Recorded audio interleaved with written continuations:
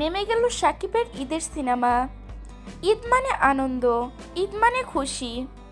আর এই ঈদের আনন্দকে আরও বাড়িয়ে তুলতে প্রতিবারই প্রেক্ষাগৃহে মুক্তি পায় নতুন নতুন চলচ্চিত্র। সেই ধারাবাহিকতায় এবার ঈদে মুক্তি পাচ্ছে 6টি চলচ্চিত্র। মুক্তি পাওয়া 6 সিনেমার মাঝে শাকিব খানের আছে 2টি ছবি, যার একটি অন্তরাত্মা। শুরু থেকে ছবিটি নিয়ে সেভাবে ছিল না কোনো ধরনের প্রচারণা।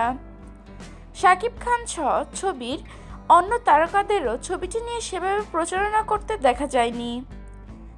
তারপর সিঙ্গেল স্ক্রিনে ও মাল্টিপ্লেক্স মিলিয়ে 21 প্রেক্ষাগৃহে মুক্তি পায় ছবিটি। স্টার সিনেপ্লেক্সে এখন ছবিটির কোনো প্রদর্শনীও নেই।